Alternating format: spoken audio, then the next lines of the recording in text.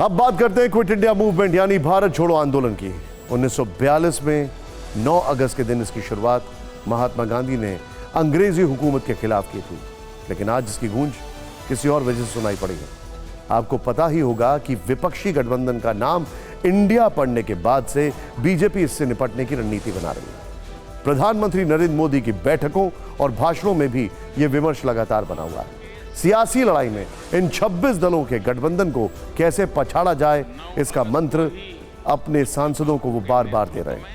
आज भी ट्विटर पर उन्होंने एक वीडियो शेयर किया है, पहले आप वो देखिए, फिर आपको बताते हैं कि कैसे क्विट इंडिया अब सियासी मूवमेंट बन गया है।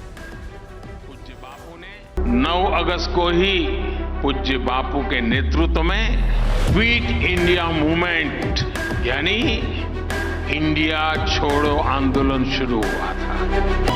आज भारत कह रहा है करप्शन क्विट इंडिया यानी भ्रष्टाचार इंडिया छोड़ो।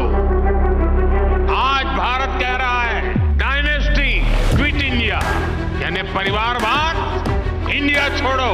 आज भारत कह रहा है अपीजमेंट क्विट इंडिया यानी तुष्टीकरण इंडिया छोड़ो। यहां अगर आप गौर करें तो वीडियो में प्रधानमंत्री बार बार क्विट इंडिया और इंडिया शब्द ही बोल रहे हैं, जैसे क्विट इंडिया मूवमेंट यानी इंडिया छोड़ो या फिर करप्शन क्विट इंडिया यानी भ्रष्टाचार इंडिया छोड़ो, सब में इंडिया कॉमन है। आपको बता दें, प्रधानमंत्री नरेंद्र मोदी 31 जुलाई से एनडीए सांसदों से मिल रहे हैं।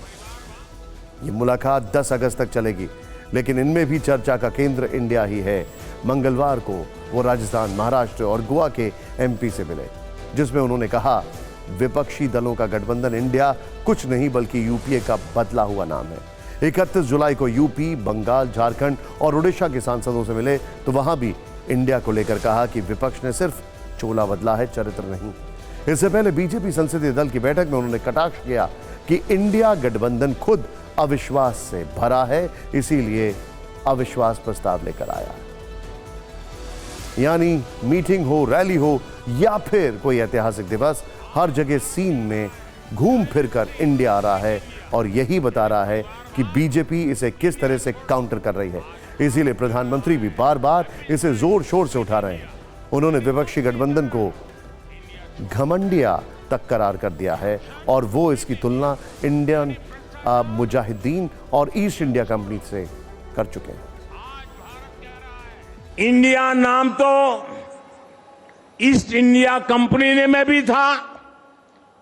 ईस्ट इंडिया कंपनी में भी इंडिया था कि नहीं था? लेकिन इंडिया नाम अपनी भारत भक्ति दिखाने के लिए नहीं, बल्कि भारत को लूटने के इरादे से लगाया गया था। कि कांग्रेस के शासनकाल में सीमी यानी student Islamic movement of India बना था। नाम में इंडिया था, लेकिन मिशन इंडिया को आतंकी हमलों से बर्बाद करने का था। जब इसके कुकर्म सामने आए तो सीमी पे बैन किया गया और ये बैन हुआ तो फिर नया नाम लेकर आए। उन्होंने भी नाम बदला, पीएफआई। सीमी बन गया पीएफआई यानी पॉपुलर फ्रंट ऑफ इंडिया। नाम नया, नाम में फिर इंडिया, लेकिन काम वही पुराना। आंदोलन के 81 साल बाद प्रधानमंत्री नरेंद्र मोदी ने क्विट इंडिया से जोड़कर मंत्र दिया तो उनके सांसदों ने संसद के बाहर और अंदर भी मोर्चा खोल दिया। यहां भी सेंटर पॉइंट इंडिया ही रहा। संसद के बाहर आज क्विट इंडिया मूवमेंट दिवस मनाया गया, लेकिन 2 अलग अलग तस्वीरें दिखी। बीजेपी गांधी मूर्ति के पास क्विट इंडिया प्रोटेस्ट कर रही थी। बीजेपी कार्यकर्ताओं के हाथों में तख्तियां थीं जिस पर करप्शन क्विट इंडिया, वंशवाद क्विट इंडिया और तुष्टीकरण क्विट इंडिया जैसे नारे लिखे थे। परिवारवादियों भारत छोड़ो, भारत छोड़ो, भारत छोड़ो, परिवारवाद क्विट इंडिया। विपक्षी गठबंधन इंडिया के खिलाफ यही वो मंत्र है जो प्रधानमंत्री ने उनको दिया है। परिवारवाद, अपराधीकरण, भ्रष्टाचार, जातिवाद, तुष्टीकरण, आतंकवाद का समर्थन, राष्ट्रवाद को कमजोर करना सबके प्रतीक हैं। तो आवश्यकता इस बात की है, यदि क्विट इंडिया ब्रिटिशर्स को भगाने के लिए था तो आज का ये क्विट इंडिया इन सारी बुराइयों से लड़ने के लिए।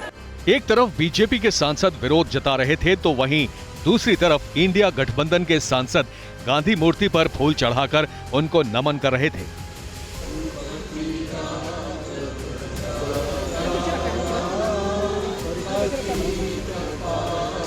Congress, RJD, Samajwadi party, TMC और डीएमके समेत कई विपक्षी दलों के सांसदों ने सदन के अंदर जाने से पहले ऐसा ही किया।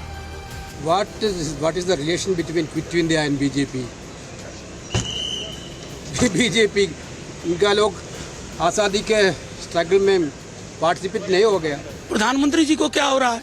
Indian Mujahideen, east India company, अब घमंडिया, अपने सांसदों से बोल रहे हैं घमंडिया। अब ये भाई हिंदी शब्दकोश में ये शब्द ही नहीं है। आप हरियाणा में कर रहे हो पूरे संसद के बाहर ही नहीं बल्कि अंदर भी ये मुद्दा उठा। राहुल गांधी का भाषण खत्म हो चुका था, अब बोलने की बारी केंद्रीय मंत्री स्मृति ईरानी की थी।